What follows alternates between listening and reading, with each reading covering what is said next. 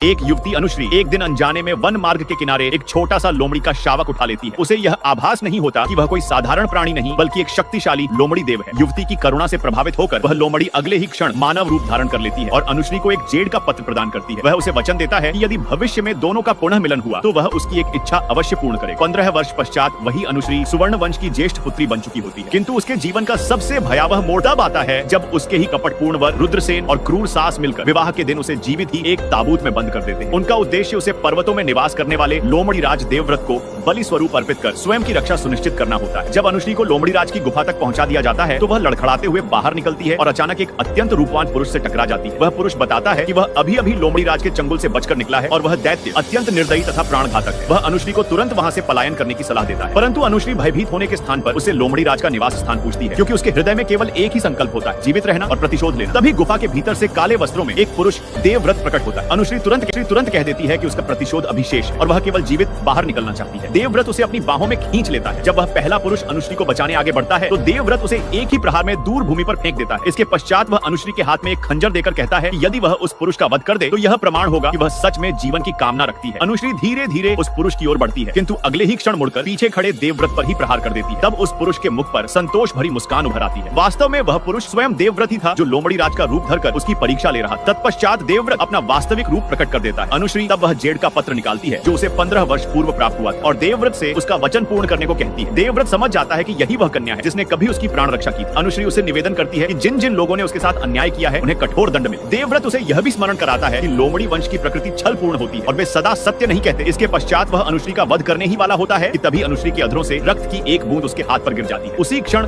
देवव्रत को बोध हो जाता है कि अनुश्री एक अत्यंत शुद्ध एवं दुर्लभ आत्मा है जो युगों में एक बार जन्म लेती है। अपने उद्देश्य की पूर्ति हेतु देवव्रत अनुश्री को जीवन दान देता है और उससे प्रेम प्रकट करता है। वह कहता है कि वह उसके प्रतिशोध में सहायता करे। अनुश्री को मृत्यु से बचाने तथा पुनर्जन्म का वरदान देने के लिए देवव्रत अपनी लोमड़ी राज की आंतरिक शक्ति उसके शरीर में संचारित कर देता है। इस दिव्य शक्ति का प्रभाव अनुश्री पर गहराई से पड़ता है। प्रतिशोध की ज्वाला और देवव्रत का साथ पाकर अनुश्री अपने जीवन का सबसे कठिन निर्णय लेती है। देवव्रत उसे अपने समीप इसलिए रखता है क्योंकि वह कभी दैवी वज्र श्राप से आहत हो चुका था और केवल अनुश्री की शुद्ध आत्मा ही उसकी शक्ति पुनः लौटा सकती थी। अगले दिन देवव्रत अनुश्री के कंधे पर स्थित एक जन्म चिन्ह देखता है और सत्य को पहचान लेता है। अनुश्री उसकी 100 वर्ष पूर्व की बाल सखी और प्रेयसी होती है। दोनों पूर्व जन्म में एक दूसरे से अगाध प्रेम करते थे। अनुश्री की रक्षा के लिए देवव्रत ने अपने ही माता पिता का वध कर दिया था, किंतु यह सत्य उसने कभी अनुश्री को नहीं बताया। इसी भ्रांति में अनुश्री ने एक बार देवव्रत का वध करने का प्रयास किया था, किंतु लोमड़ी राज को कोई क्षति नहीं पहुंचा सकी। निराश होकर अनुश्री स्वयं पर ही प्रहार करने जाती है, किंतु देवव्रत उसे समय रहते बचा लेता है। अंततः देवव्रत के संरक्षण में अनुश्री अपने शत्रुओं के समक्ष पहुंचती है। उस समय रुद्रसेन और एक कुटिल स्त्री मृणालिनी अपने विवाहोत्सव में मग्न होते हैं। अनुश्री को जीवित देखकर मृणालिनी भय से भूमि पर गिर पड़ती है।